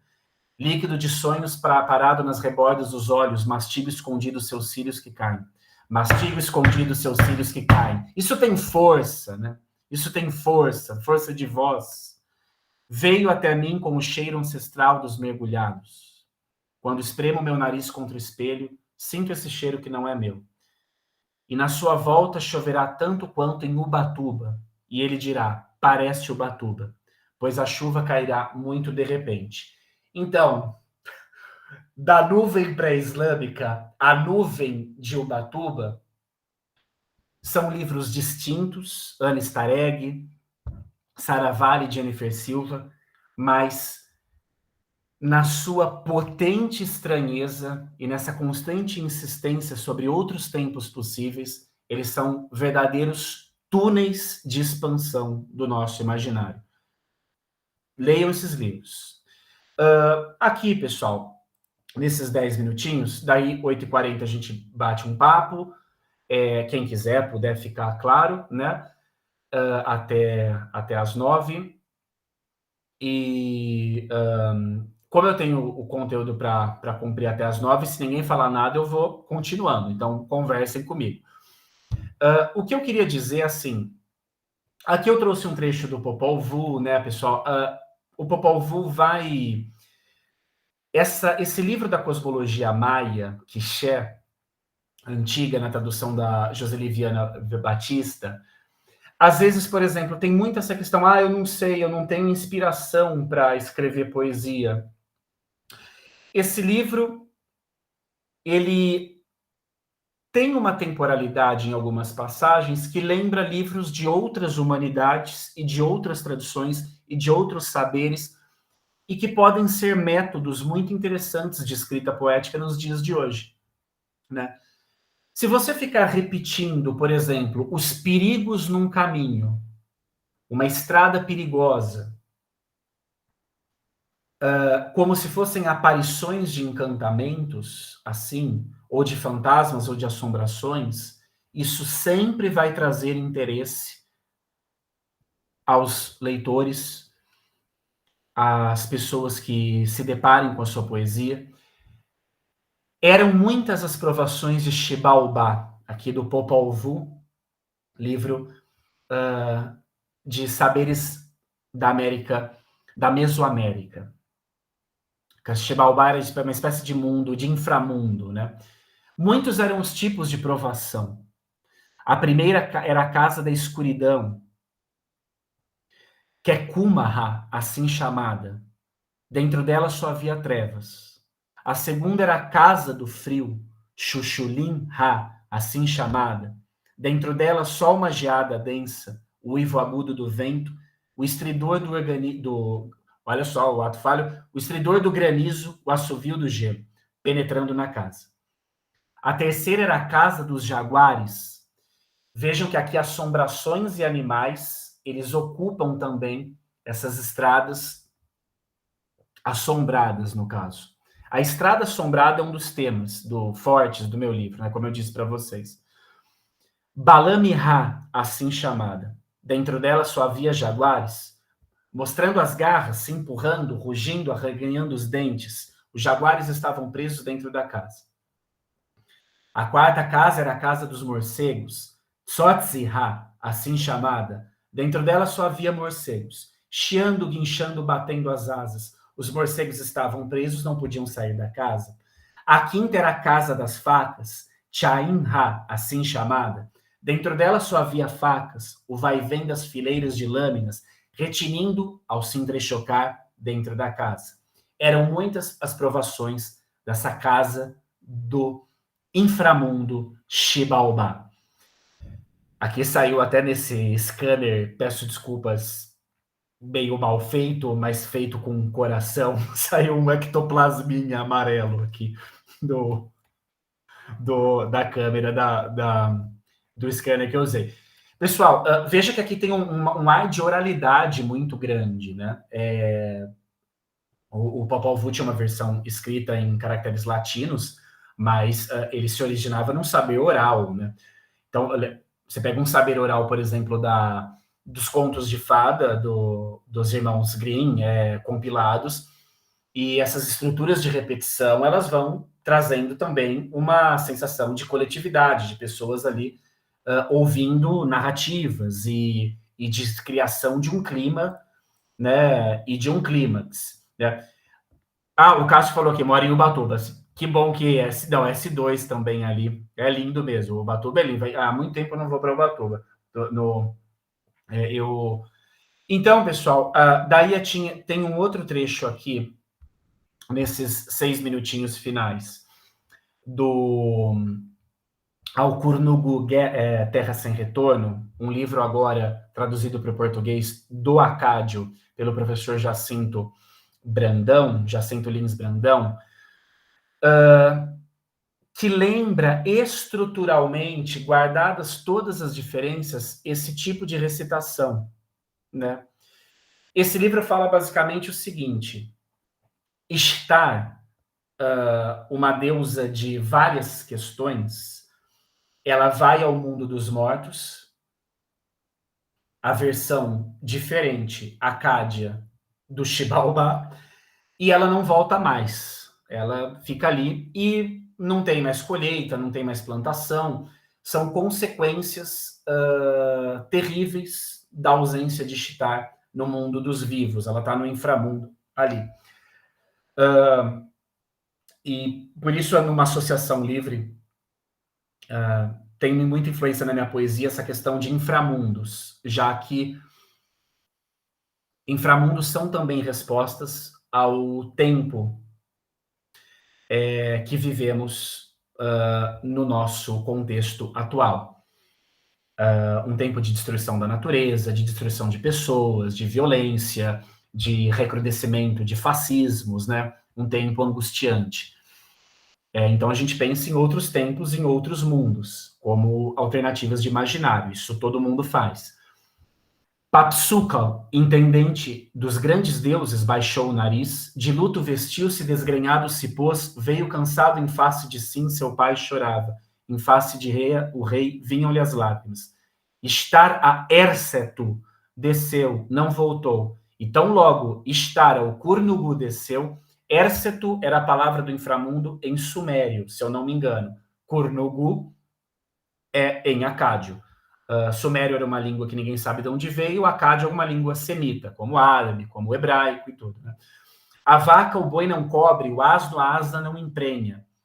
Ou seja, o mundo não tem mais acasalamento entre animais, colheita, amor, nada. A moça na rua não emprenha o moço. Dorme o moço em sua alcova, dorme a moça só consigo. E em seu sábio coração, concebeu um plano e criou Azushu Namir, um prostituto.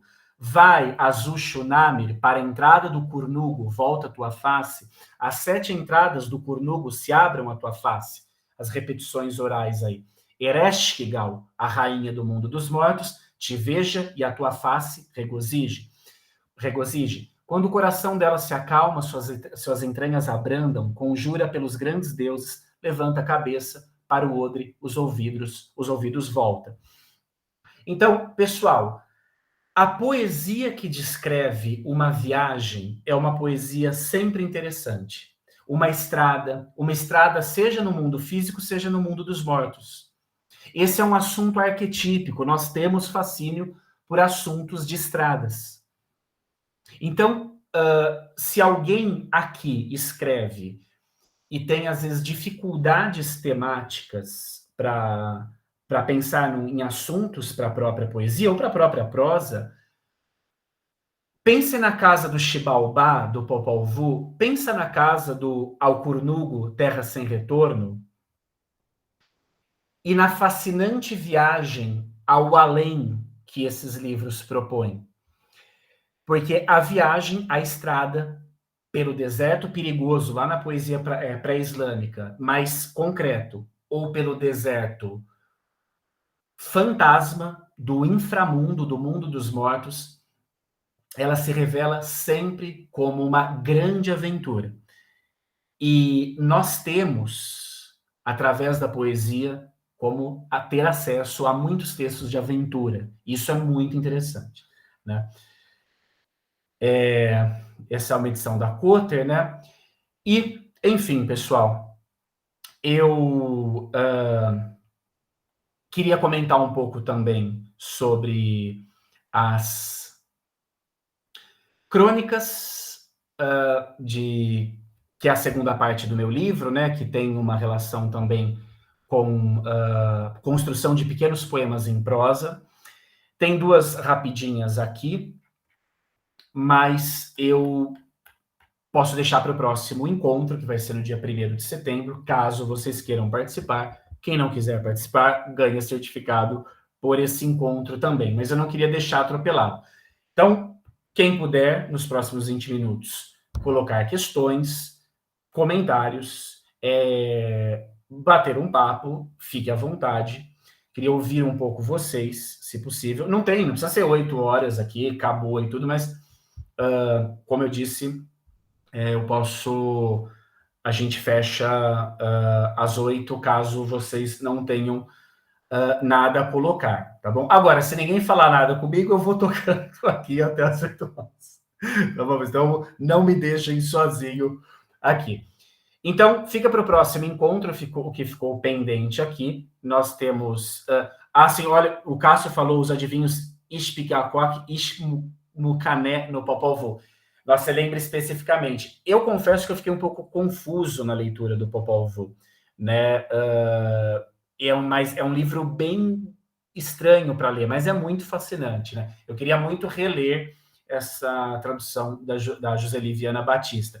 O meu sonho mesmo era aprender Maia Quiché, né? Mas nesse momento eu não tenho tempo para isso, já que muitos trabalhos têm me consumido, quem sabe um dia, né? Então, Acádios Sumérios, né? O Cássio fala também. E aí, pessoal, algum comentário? Quem queria... Vocês querem colocar alguma coisa? Falem comigo aí, se quiserem, senão a gente continua. Vou parar por enquanto a partilha, lembrando a vocês que vão ser 4, né? Os minicursos. Tem 1º de setembro é o outro encontro. Esse vai ser um encontro interessante, porque também vai ter gravação em Libras, né? Legendagem em Libras. Então vai ser algo que envolve um trabalho, todo um trabalho ali propiciado pelo FIC, né? Mas a gente continua nessas discussões de leituras, poemas, talvez no encontro 2, no encontro 3 ou no encontro 4, talvez no próprio segundo encontro eu traga também alguns poemas meus, mas eu queria continuar nessa discussão de influências, né? De coisas que eu li, né? O Cássio fala, a narrativa exige muita pesquisa, de fato, né? Você sabe, Cássio, que o que mais me interessa é a narrativa, né? Hoje, estudos de narratologia são muito interessantes, não só a narrativa literária, como a narrativa cinematográfica também, né? Ou a narrativa em outros formatos. Mas, e aí, pessoal, vocês têm algo a dizer, algo a comentar? Queria que não fosse apenas eu a falar aqui. Agradeço o comentário, Cássio. De fato, esses livros, eu sou uma pessoa, diferente do Bolanho, que é o poeta que eu estudo, eu sou uma pessoa bastante Fanny Alexander, né? Aquele filme do Ingmar Bergman, filme maravilhoso, né? Fanny Alexander. E tem aquela frase que pode soar como um grande clichê, mas não é um clichê nesse filme. O filme é lindo, né? Que tudo está conectado, né? Eu acredito que as coisas estejam conectadas. Então, no meu museu imaginário, todos os livros amados aqui, e filme magnífico, sem dúvida. Os livros amados, o da Jennifer, o da Sarah Valley, o da Anne Stareg e outras coisas que eu leio também, eles estão numa mesma constelação afetiva, né? Esse é o fato, né? Sim, olha só, José, a referência do Benjamin. Se eu não me engano, isso está na Paris do Segundo Império, na obra de Baudelaire. Só deixa eu confirmar para você o seguinte aqui. Tem uma edição da Editora Autêntica sobre alguns temas.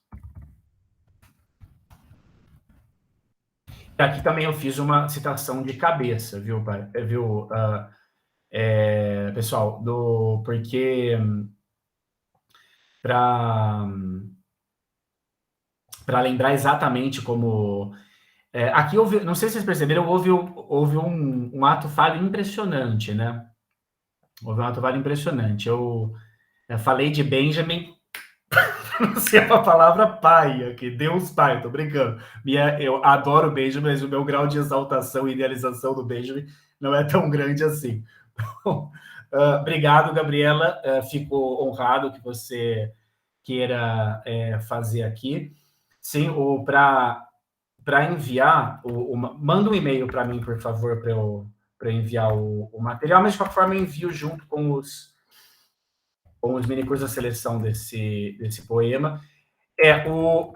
O texto do Brinquedo, do Walter Benjamin. Olha só, pessoal, voltando à pergunta que o João, né, fez, onde que está, ou foi o Cássio, da referência. Então, do José, exatamente. Olha só, o que acontece é o seguinte, pessoal, Tem uma versão que foi traduzida para o português pela Brasiliense em 87, que tem aqueles ensaios do Benjamin sobre o Baudelaire. E daí, em 2015, a Autêntica publicou, na tradução do João Barrento, os ensaios do Benjamin sobre o Baudelaire. Sobre alguns temas, Baudelaire e a modernidade, chama o livro da Autêntica. É com certeza Baudelaire e a modernidade, editora Autêntica, 2015. Baudelaire e a modernidade. Eu só não lembro em qual está, porque tem 2 textos sobre o Baudelaire.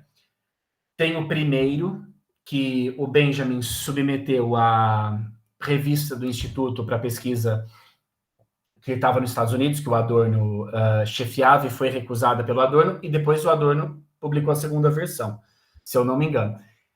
Eu gosto mais, eu acho mais impactante a primeira versão, aquela de que o Adorno não gostou. Mas em uma delas está esse comentário, que o Baudelaire sabia escrever, inserir os seus versos nos espaços vazios. Mas talvez seja um comentário das passagens, aí precisaria haver uma pessoa especialista em Benjamin. Se tiver alguém aqui, por favor, se manifeste. Eu sou apenas um entusiasta de Benjamin, né? Mas talvez esteja nas passagens, mas eu tenho quase certeza que está em alguns temas sobre Baudelaire e a modernidade, né? Sobre o brinquedo, a criança, né, saiu pela 34 e o Duas Cidades, né, essa edição. É uma edição interessante também, esses ensaios sobre o brinquedo, só que nessa edição antiga do Walter Benjamin, existe também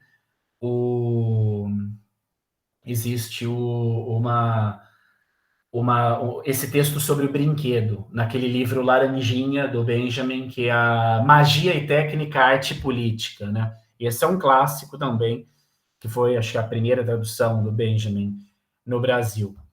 Mas e aí, pessoal? Mais alguma coisa que vocês queiram dizer? Se não, diga lá, Thalita, fica à vontade. Eu vou fazer só um comentário rapidamente. Eu gostei muito que você falou sobre a poesia trabalhar com tempos diferentes, né? Sobre essa brincadeira com o tempo. E me chamou a atenção e eu fiquei pensando que talvez a poesia de fato seja o único espaço para conseguir explicar o tempo, né? Porque eu acho que a filosofia falha, acho que a física, de certa forma, falha. E, de fato, tem muitos grandes poemas que tratam do tempo de uma maneira, assim, brincante mesmo, né? Achei bem legal. Sim, eu agradeço muito o seu comentário, né, Thalita? De fato, eu acho que a poesia, né, vai ter grandes sistemas, né, como você disse, sobre voltar-se ao tempo na prosa, na filosofia, né, o fenômeno do tempo talvez captado assim. Mas a poesia, como ela está muito ligada à metáfora, e a metáfora, desculpa a breguice do meu comentário, pessoal, a metáfora é uma espécie de buraco negro, né? Ela pega ali um problema, uma descontinuidade no espaço-tempo, ela junta universos que são não juntáveis. Então, a poesia, talvez pelo alto grau de metaforização dela, ela aponte também em direção ao tempo, né? Tem um poema lindo, mas claro, assim, por exemplo, naquela Em Busca do Tempo Perdido, né? O trabalho do Proust, assim, vai ter vários cortes temporais que são interessantes, né? Mas a poesia ela consegue deixar a linguagem num estado, talvez, assim, não sei se eu estou distorcendo também muito o que você disse, mas talvez para a gente se aproximar de epistemologias outras, de uma forma mais despojada dos nossos saberes pré-enxertados das nossas cabeças, a poesia seja talvez um dos melhores caminhos, né? É uma impressão que eu tenho, né? Porque o que acontece? Como eu disse, né, não tem nada a ver a cultura maia, quiché, do Popol Vuh com a cultura acádia. Isso seria uma falta de compromisso histórico, né? A gente afirmar que a poesia é tudo igual, né? Mas na dicção poética, ao menos no que a gente capta das traduções, na dicção poética existem estruturas que se repetem, né? Estruturas de tempo, estruturas de percepção das coisas, né? Então, aquelas imagens, aquela imagem do Popol Vuh, da pessoa passando por diferentes casas numa estrada perigosa, e a imagem do Alcornugo, Terra Sem Retorno, da pessoa descendo ali aquela estrada até o mundo dos mortos. Existe um tempo sentimental aí que aproxima as duas coisas, né? De culturas que são muito diferentes, né? E que a gente não tem acesso, né? Os europeus destruíram tudo, né? No caso dos maias. E no caso dos acádios, aquilo se perdeu, sobrou alguma coisa, mas se perdeu também no turbilhão da história, né? Então, mas assim, esses fragmentos temporais aproximam mundos como as metáforas, né? Então, talvez esse método da nuvem, né, vamos chamar assim, Funes o Memorioso e a nuvem no poema pré-islâmico, a nuvem como mapa, seja uma forma de tentar ver o tempo, né? Não de expressar o que é o tempo, que a gente nunca vai conseguir, né? Como a gente nunca consegue expressar o que é um sonho, nem de sentir de volta o que a gente sentiu quando estava sonhando uma coisa, mas pelo menos tentar deixar um certo vestígio, tentar materializar de alguma maneira, ainda que de uma maneira errada, como as coisas são, né? Como o tempo é. A Ana Stareg fala o tempo todo de que a linguagem não reflete as coisas, não reflete o tempo. A linguagem não capta os fenômenos. Mas, ao mesmo tempo, ela está fazendo poesia e ela está usando a linguagem.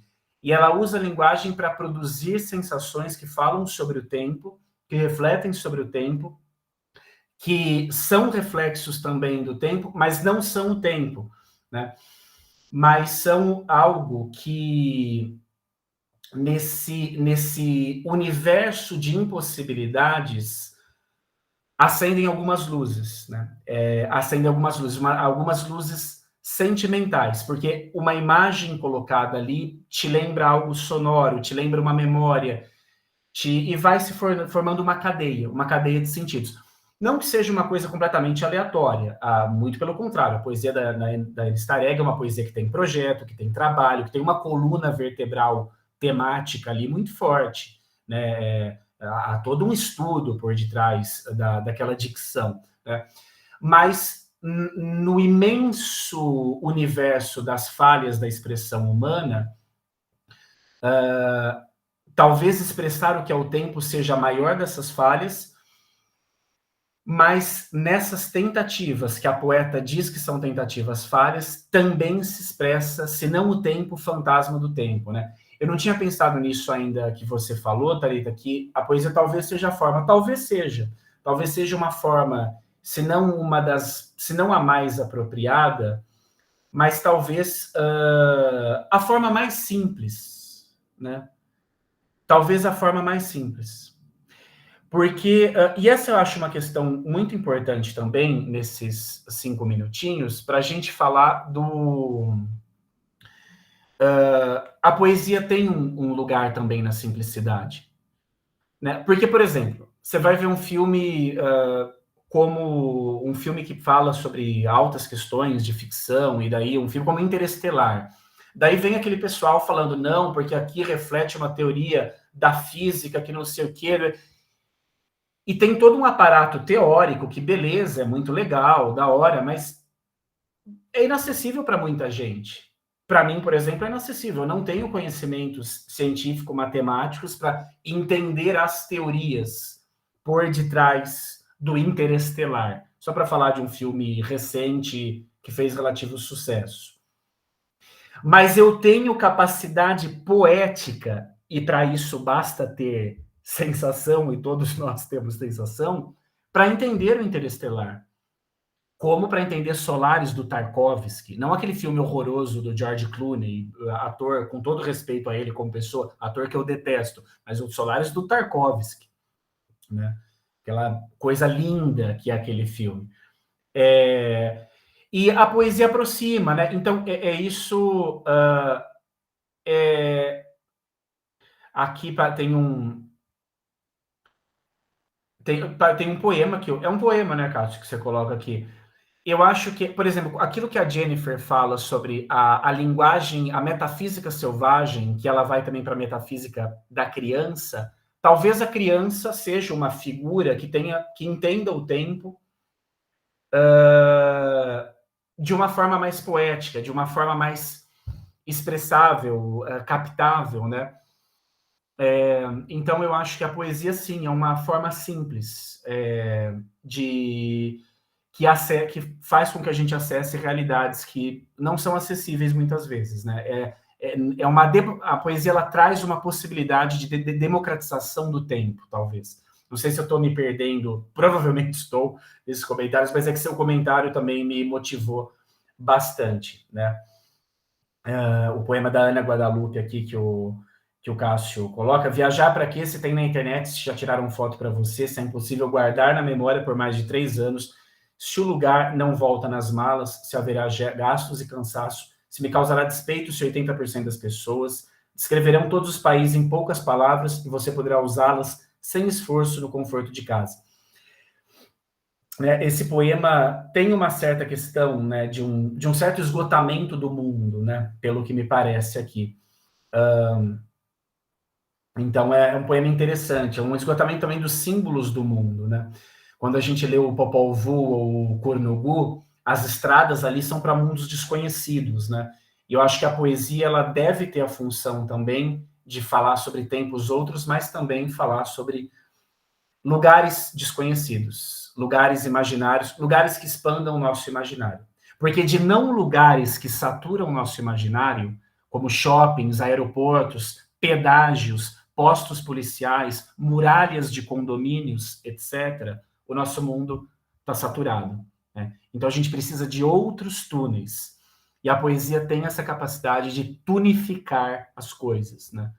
Enfim, é isso. Obrigado, Erna. Valeu. Obrigado pelo comentário. E é isso aí, pessoal. Então eu vou... Vai dar aqui 9 horas. Agradeço muito a presença de vocês. Se alguém tiver mais coisas para falar, pode mandar ver aí. Estou aqui às 8, eu só interrompo a gravação. Lembrando que esse primeiro encontro do minicurso foi motivado pelo Fundo de Investimentos Culturais da cidade de Campinas, do FIC, no qual o livro O Céu se Gastariam, meu 6º livro de poemas, foi aprovado nesse edital, e essa é uma das contrapartidas que fizemos para a existência desse livro, tá bom? Então, falo com vocês dos outros encontros depois. Obrigado, Júlia, Cássio. Pessoal, obrigado pela presença, vai ficar gravado depois. Espero não ter falado nenhuma besteira, assim, tentei me dedicar ao máximo, peço desculpas se eu fui um pouco confuso em alguns momentos, mas, de fato, não faltou sentimento por esses poemas das leituras que eu fiz aqui, que são muito lindos os poemas mesmo. É isso aí, pessoal. Valeu, então, obrigado, agradeço a vocês de coração. Tchau, tchau, e fico à disposição se alguém tiver mais um comentário, tá bom? Vou interromper aqui. Boa noite para vocês.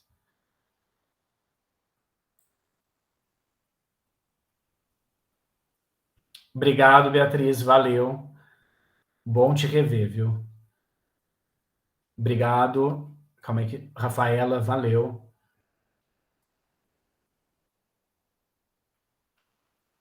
Como que faz para interromper? Parar a gravação. Pronto.